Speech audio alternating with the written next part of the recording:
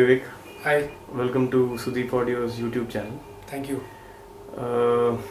Please tell us about your music journey, your learning of the mridangam, which we see here and we saw you play. What kind of music you do, etc.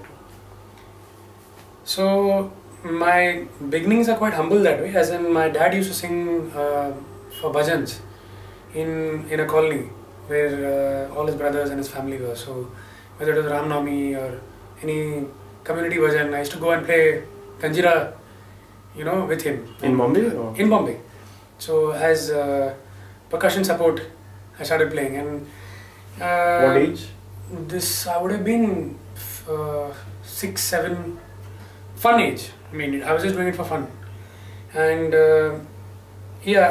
thankfully, I got a teacher when I was about 9 years old. I found a mridangam teacher, and and that put me on to learning mridangam very seriously. You went on to the mridangam by choice, or because you you followed Carnatic tradition of music? Yeah, I would say because that was more natural, because Carnatic music was more accessible. Dad used to listen to a lot of Carnatic music, and it's not even like I was forced to learn or something. To be honest, I just remember going to class as a, when I was put into learning and all, as just a natural thing. It didn't feel like I'm doing something that I don't want to do or I'm not supposed to do. Not like a punishment. Not at all. So I just thought, I think it's a very South Indian thing, that you have to study and you have to know singing, or you have to know violin, some instrument. So I started learning simply like that. Thankfully I was doing pretty well, and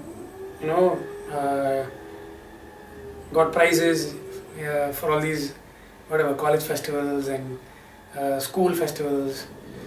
So it was in fact, I think it was a great time because I could spend time learning, and I really cherished those days, learning and practicing. Primarily the mridangam, right? Our clear bait was this Saturday class. Next Saturday, if you have not learnt or if you can't play what I taught you this Saturday fluently, then you don't get a new lesson. So getting a new lesson was a very big thing, and if you don't get a new lesson means you are really bad, Okay. So it was almost a very strange ego problem that you have already cultivated, but in a good way. So the bait was not a chocolate or something? Nothing. It was just a new lesson. So the fact that it sounded new was a bait enough. That's all. Right. So from your mridangam days to, in college, etc., you've done your graduation. Right. From NM College in Bombay. Right. Did you form a band in college? No, nothing. I actually joined NM because I wanted to fly. Okay. As a profession, I wanted to actually take up flying. Okay. And NM was so science was the option, but my mother told me, "Are you sure you want to spend so much time studying?" So I have one of those mothers who didn't tell me go study, So I was like, okay. I took up. I joined NM only because they had something called NCC Air Wing there, and long route. I thought I'll go and do NCC Air Wing, then join some flying club and do IGNOU, and then. But you know what? I think God showed me the sign. He said, the application forms, by the time it came to NM, the application for Air Wing was full. So that's it. Dreams came crashing down. Okay. And in college, it was I wouldn't say it was a band, but I was jamming with. I used to jam with a couple of friends, and we were always put in these. Hey, in Malhar there is fusion category. So okay, guitar player, mridangam player. Okay, who all can, whatever different instruments can come and play. So, and you might know Chirantan. So Chirantan was one of the guys who was also a part of the so-called band. And we did. I think thankfully, to save our faces, we did win the first prize in the last year, as in before we graduated. We made sure that we got a prize at least, and said, okay, nice. Don't know how good the fusion was, we at least got a prize, that's it. So by then, were you, since the the career in the skies came crashing down? No, nothing really. You know what, I was just waiting for signs. So the first sign was, I think I was in my first year BCom when I was called by this band called Divya to play with them and Divya had Dinsha Sanjana as the main guy in the band, and I joined them as a mridangam player. That was my first ever playing trip, and too many firsts. So first trip by plane, first trip internationally, went to Bangkok, first World Music Festival, and yeah, that was my eye opener, I would say, because there were 50 bands playing from all over the world that time. So how were you spotted out of so many people in Bombay? I think I was just good, man. I'm just kidding. Actually, there was a band before us. There was Fazal, there was Sridhar and all these guys playing before. And I guess they'd moved on or whatever. And then there were these younger lot, as in Paresh, Naresh and Lindsay, who had joined the Viveick. And I knew Lindsay and all very well. So they just told Dinsha, so there's this other guy, if you want a mridangam player. So I mean, yeah, it was just a casual thing. But for me, it was a big turning point in terms of seeing world music, up close and right in front of me. And it was a big exposure to the various palettes of music that exist. So to see 49 other bands other than what you are was a big thing, man. So that's it. That was my eye opener. Then it was a series of events. Then I joined Lucky Ali. Again, it happened the same way. Lindsay, Kalyan, and all these guys are a part of the band. They needed an Indian percussionist. So I was called. The next thing, we were playing Chalvi Music Awards. The next year, I went to record for his album Cipher. So I've played on two songs of his. Then since then, about 8 years, I played in his band. So I would say I had a secured job for 8 years. So that time, I'm playing with Lucky's band. So yeah, and although it's again like a typical thing, after graduation I was buying time. You didn't work anywhere?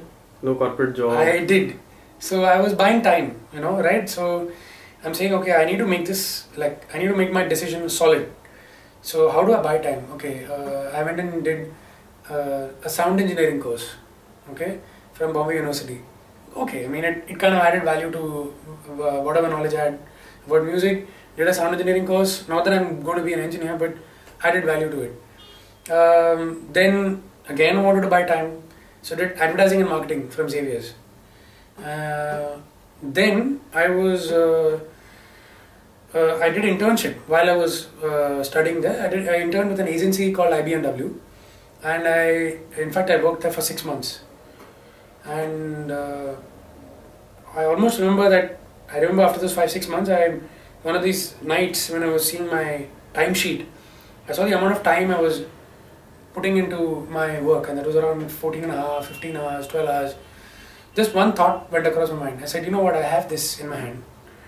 If I put half of this time, this was when I was 22, 23, into music, I'm sure I'll reach somewhere, I can be the executive director in my career, and so yeah, that's it. The next day I put in my papers.